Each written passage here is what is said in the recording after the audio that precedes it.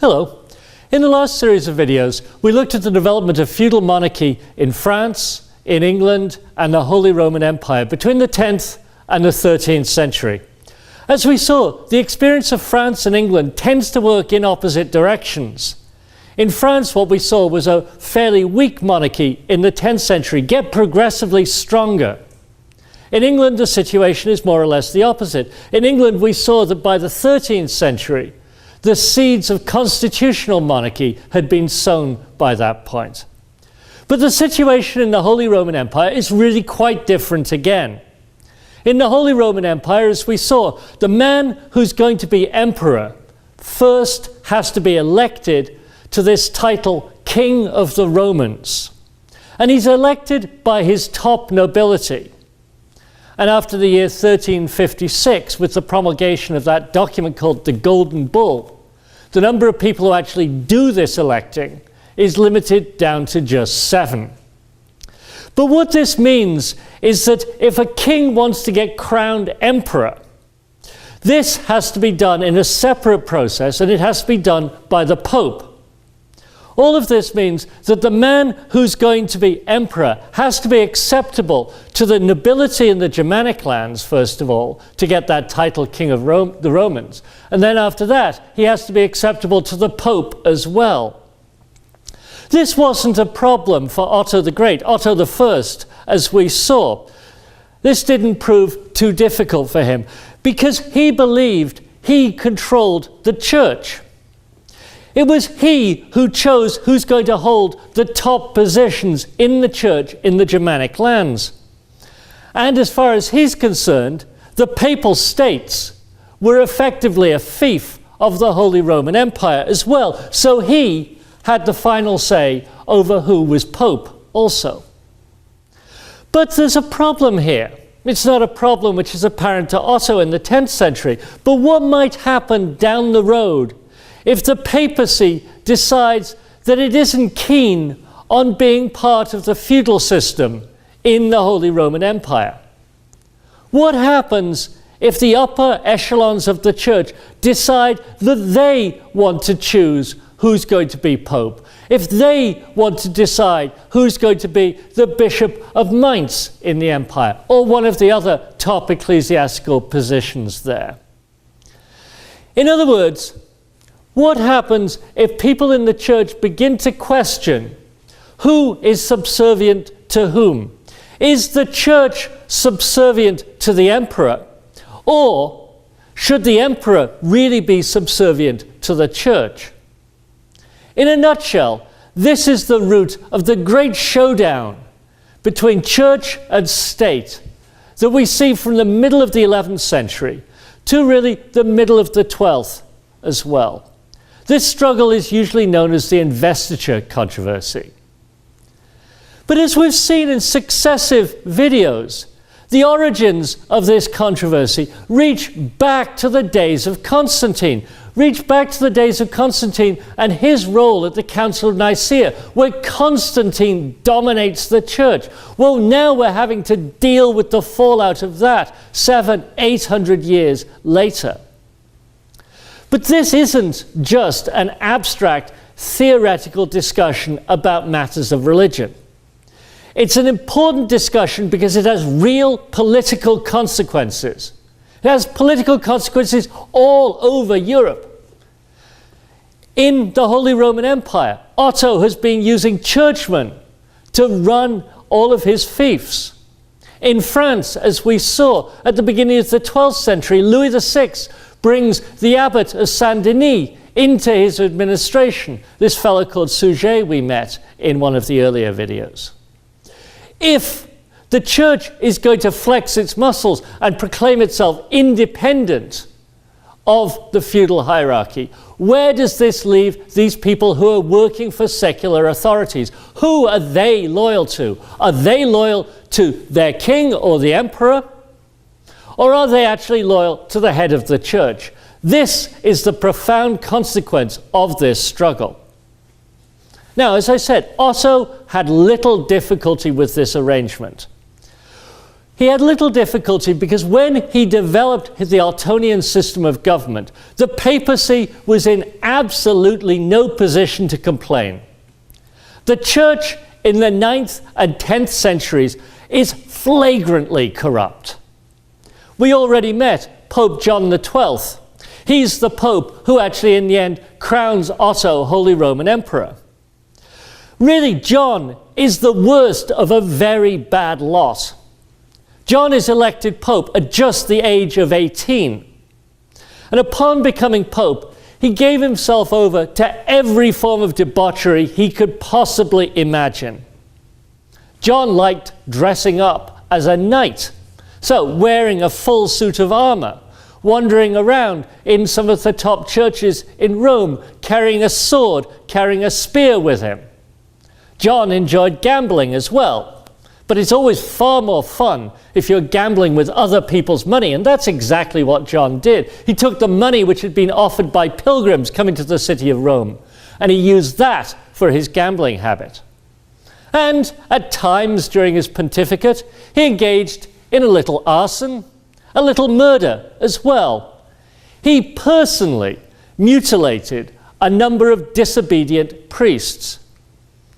And then there were scandalous rumors about John, rumors which circulated even during his own lifetime. There were stories that he indulged his lusts whenever and wherever he wished.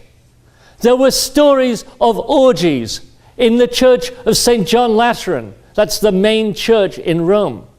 There were stories about orgies held on the tombs of St. Peter and St. Paul. There were stories that one of John's favorite lovers was the mistress of his father, which is also technically incest as well. Pope John died after just 7 years. And true to form, he died of a heart attack in the middle of a particularly strenuous bout of lovemaking with a married woman. But John was just the worst of a very bad lot. In the 10th century, it wasn't uncommon for popes to be murdered. One pope, for instance, was knifed to death. Another was strangled while he was rotting in a prison cell. Another was smothered while he slept. A fourth one was poisoned. My favorite, though, is the story of what happened to Pope Formosus at the end of the 9th century. In the midst of all of this corruption, Formosus was actually a fairly decent pope. He certainly doesn't seem to have murdered anybody. And he tried very hard to live an exemplary life. But because of that, he made a lot of enemies. But nobody killed him, and that was quite remarkable. He died in his own bed, died peacefully. Well, that's the end of Pope Formosus, right? Well, no. There is a strange epilogue to the story of Pope Formosus, because the next pope was Pope Stephen VI. And Pope Stephen VI had an almost hysterical hatred of Formosus. And he decided that even though Formosus was dead, he was still going to humiliate him. So 9 months after Formosus had died, Pope Stephen ordered that his body be dug up and then formally charged with perjury. So they dug up Pope Formosus' corpse, they dressed it up in all of his papal finery, and then they propped him up on the papal throne, ready for trial. Now, they did appreciate that Formosus was not in a very good position to answer the charges directly. So a deacon, a minor church official, stood behind the corpse, and whenever Formosus was asked a question, this deacon would answer on his behalf. It's a very strange, macabre ventriloquist show. Not surprisingly, Pope Formosus was found guilty of perjury, and he was sentenced. 3 fingers on his right hand, the 3 fingers that he'd used to bless people, they were cut off. And then the rest of the former pope's body was tossed in the river Tiber. That's the situation at the top of the church, but lower down, the situation isn't much better either. We've already seen the situation in the Holy Roman Empire. There, Otto is giving bishops and monasteries fiefs to govern on his behalf. And in exchange, he holds the right, he believes, to decide who gets to run these bishoprics or these monasteries. He retains the right to appoint who gets those positions. But elsewhere in Europe, the situation isn't any better. And this is because of the way monasteries have grown up over the previous few centuries. If you're a secular lord with a fief, and somebody comes along and founds a monastery on your land, you don't just shut the monastery down. No, now what you've got is a fief which also has a monastery on it. But these lords don't treat these monasteries any differently to any other secular vassal. That's to say, this monastery still has to provide a certain number of knights to go off and serve their secular lord for a certain number of days every year. And the lord, because this monastery is on his fief, believes that he has the right to decide who becomes abbot of the monastery. These monasteries are on some lord's land. They're part of some lord's fief. And so these lords think that they have the right to control them, to run them, to decide who gets the plum positions in them. What lords are also beginning to understand by the 9th and 10th century is that life in a monastery is actually pretty easy, pretty good. This is an illustration from the margins of a Latin manuscript that dates actually quite a bit later than this, dates from around about 1300. It's actually made in the region that's now part of the Netherlands. On the left-hand side, you've got a friar. Now, friars are a particular type of regular clergy, so they're a form of monks. And then you've got a nun as well, and the friar here is playing a musical instrument, and the nun is kicking up her heels and dancing. Now, under the Benedictine rule, that sort of behavior is not on. But it's clearly going on if somebody's embellishing a manuscript with an illustration like that by then. But life in a monastery could really be quite good. As we saw with the Benedictine rule, you're guaranteed a certain amount of food and a certain amount of drink. We've seen this illustration in an earlier video. This is the cellarer in a monastery, and the cellarer is the one who's in charge of the monastery's wine. And here the cellarer is helping himself to a little extra tipple at the end of the day. The work in a monastery isn't that tough either, because now, of course, the monasteries in the feudal system have got their own serfs to do most of the heavy agricultural labor for them, just like any other manorial lord. What this meant for lords is that monasteries provided another opportunity for them. We're in the world of primogeniture by this point. So the eldest son is going to inherit everything from his father. The eldest son is going to become a knight, just like his father. So where does that leave son number 2 or son number 3? Well, if the lord has a monastery on his land, perhaps what he might do is get son number 2 or son number 3 a cushy position within that monastery. Make him the cellarer, or make him the abbot. Why not? It's a good way of taking care of your extra sons, making sure that they live a fairly enjoyable life. But what happens if you're a lord with one of these monasteries on your land and your extra sons have decided to go off and do something else? Perhaps some of them have decided that they would rather become knights, and so they've gone off to serve somebody like Otto the Great or later Louis VI. Some man on the make, somebody who's capturing land and then giving it out to his top followers. Perhaps son number 2, son number 3 have decided to go off and do that. And you're left as a lord with still the right to appoint who's going to be abbot and all of the plum jobs in a monastery. What do you do?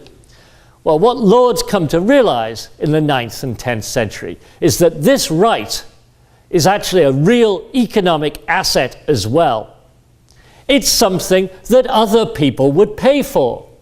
Perhaps the lord down the road, he has an extra son and he would quite like him to become an abbot or the cellarer or some other nice position in a monastery. Perhaps he will pay you to appoint his son to become abbot of the monastery on your land. Now, this is technically a sin.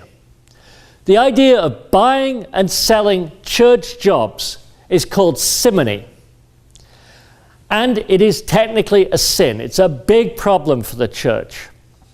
But for these lords, it seems to be a win-win situation. I've got an extra economic asset, and I can sell it to you, and you get to protect your son. Make your extra son have a nice, cushy life in a monastery somewhere. What it means for the church, though, of course, is something quite different. What it means is that within the monasteries, within the bishoprics as well, but within the monasteries, there are many people there who have no spiritual calling whatsoever. You've got all of these second and third sons of the nobility. They're there because the monastery will provide them with a reasonably cushy life. A life where they get nice food, where they get decent wine, where there isn't much hard toil. These people have no spiritual calling. They're there for the good life. This means that much of the lower level of the church is full of these time wasters. These people who are not in it for the right reasons. People who are not interested in spiritual matters. But while the church is tied into the feudal system like this, it's difficult to see how that situation could possibly change. The church needs to be cleaned up. It needs to be reformed, absolutely. But while it's tied into the feudal system, while all of these lords think that they have various rights over the church, to appoint bishops, to appoint abbots, to appoint the Pope even, it's difficult to see how that situation is going to change. Obviously, to people who are very concerned with the state of their soul, people who want to join monasteries to serve God, this state of affairs is scandalous. One man who found this state of affairs so appalling was a man named Bernot, who lived from around about 850 to the year 927.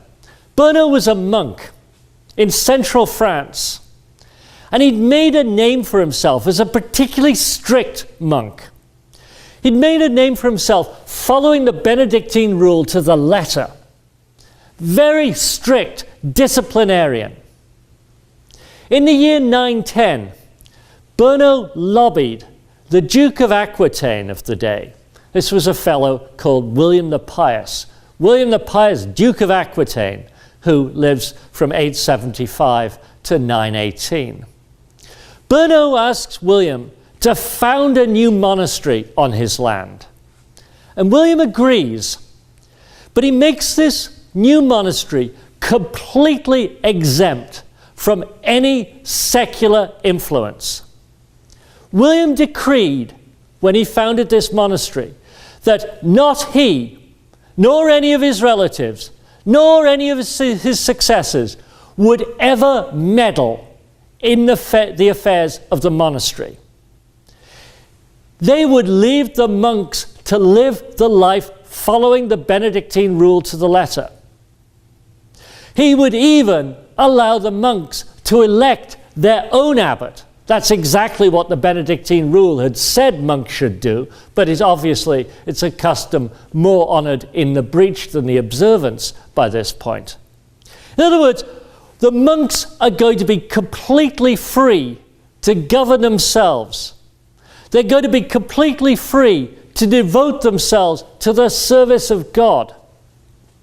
And to make sure that the monastery remained free from secular influence, William decreed that it should be placed under the direct protection, not of a secular lord, but of the papacy.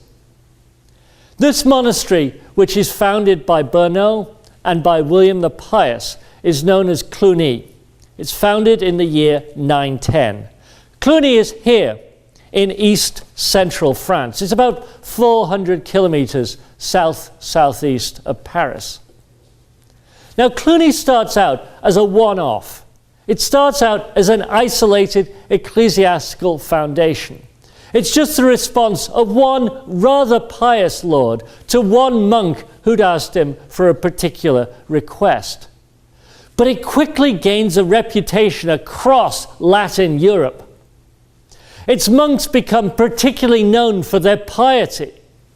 Other monks look to Cluny as a model, and some of the abbots of other monasteries write to Bernot, who's now become the abbot of Cluny. They write to Bernot and they invite him to come to their monasteries and clean them up. And Bernot does. Abbot Bernot and then his successors, they spend much of their time traveling around the length and the breadth of the French kingdom, cleaning up monasteries, fixing all of the abuses, looking at the conduct of monks in all of these houses. But they would also try and free these monasteries from secular control, pull them out of the feudal system, just as Duke William the Pious had done with Cluny. And many of these secular lords actually let them do this. Why would they do that?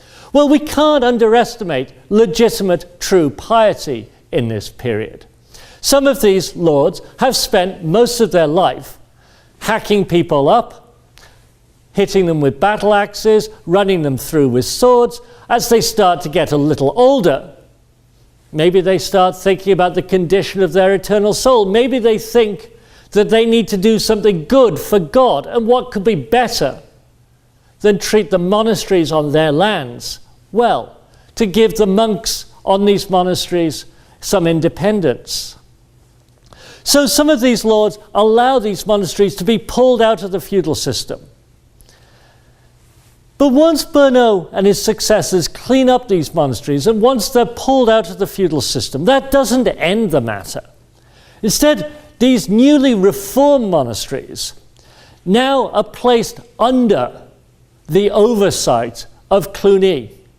That means that every now and again, every so often, monks from Cluny would show up and inspect these monasteries to make sure that they are still following the Benedictine rule to the letter, to make sure that the church is not full of all of these time wasters and people who have no spiritual calling, to make sure that the monks don't slip back into their decadent old ways. One of the problems for the church is always success. There's nothing worse for the church than success, because of course would-be monks flock to Cluny and donations flood in as well. And over the next 250 years, Cluny becomes enormously wealthy. And then, of course, with all of this wealth comes all of the corruption as well. But the foundation of Cluny in 910 is an enormously important moment in the history of the church. It marks the beginning of a realization that if the church is going to be anything other than a branch of secular government, it has to be separate completely from the feudal system. It has to be independent of secular control completely. Unfortunately, none of the original 10th century abbey of Cluny has survived. That makes sense because it was a growing community, and as the community grew, they knocked down the original buildings and built new ones, bigger ones. They were replacing the buildings as the monastery grew. But in Cluny's case, even the later buildings, built when the monastery was at the height of its success, perhaps around about 1250, those have mostly been lost as well. This is pretty much all that remains of the great medieval abbey. The octagonal tower was built around about the year 1100, and the small clock tower, just visible here, was built in the 14th. The remains of Cluny were actually largely destroyed during the French Revolution at the end of the 18th century. The revolutionaries knocked the buildings down and they burned all of the church's archives as well. It took another 130 years, but eventually this Cluniac ideal spread even as far as Rome. And what's so ironic is that the man who brought this reforming ideal to Rome, the man who begins this process of cleaning up the papacy, isn't a pope. It's the Holy Roman Emperor. By the year 1044, Things hadn't improved in Rome much since the bad old days of John the XII. But in the year 1044, the Pope of the day, Pope Benedict IX, decided that he was tired. He decided that he was going to resign. But he also realized that he needed a little bit of money to fund his retirement. So he decided that he would resign and he would sell the job of Pope. If you want to be the next Pope, Benedict says, just give me some money and you can be the next Pope. And that's exactly what happened. Benedict resigned the papacy in favor of a man named Sylvester in exchange for a large sum of money. However, it wasn't long before Sylvester died, and so Benedict was forced to come out of retirement and to become Pope again. But Benedict still wanted to retire. So what did he do? Guess what? He sold the papacy again.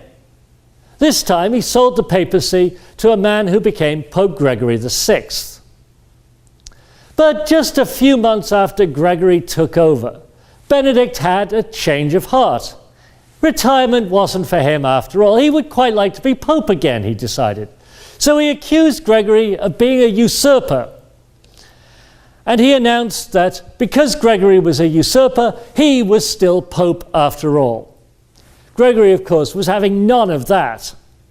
As far as he was concerned, he was the rightful Pope. He'd bought and paid for the job after all.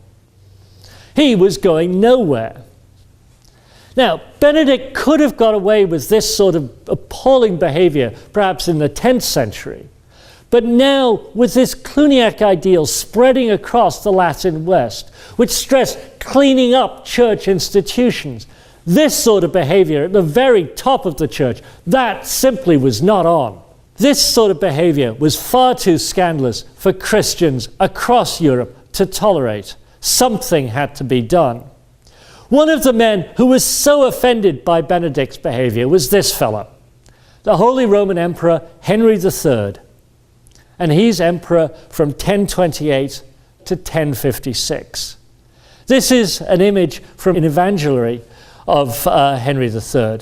An Evangeliary is a type of church service book which would be made up of portions of the Gospels which would be read out during the Mass. This one was actually created in the year 1040 in one of the empire's many monasteries. And it shows Henry with the traditional orb and scepter visiting the abbey where the Evangeliary was made. As we've seen with Pepin, with Charlemagne, with Otto I, one of the fundamental jobs of emperor is to protect the papacy. And it is quite clear to Emperor Henry III in 1044 with Benedict IX that the papacy now needs protecting from itself. So Emperor Henry III amassed a very large army and he marched into Italy. And there he deposed Pope Gregory VI and he deposed Pope Benedict as well. And then he installed a new pope. This pope was going to be a reformer. This pope was cast in that Cluniac mold. Unfortunately for Henry, this pope lived just a couple more months, and he promptly died. Henry's second choice was also a reformer, but he didn't last as long as the first one. Third time, though, Henry gets lucky. He appoints one of his cousins to be pope. This pope is Pope Leo IX. And with Pope Leo IX, the idea of church reform finally reaches the city of Rome. Leo IX is the first great reforming pope. His pontificate marks a turning point for the medieval church. He's going to begin a process of separating the papacy from the feudal system, just as the monks at Cluny had done 130 years earlier. And as we'll see in the next video, one of the things he's going to do is clamp down on simony, that buying and selling of church jobs. He's going to make sure that only people with the right spiritual calling get important positions in the church. But of course, this is going to have ramifications, because in the Holy Roman Empire, the church is full of men who've been appointed by the emperor. If the Pope clamps down on simony, this is going to have profound political consequences for the person who is emperor, for the way the empire is governed. It's been more than 700 years in the making, but now the Pope and the emperor are on the verge of an almighty confrontation. Whose church is it? How this confrontation plays out over the next century or so is where we'll turn in the next video.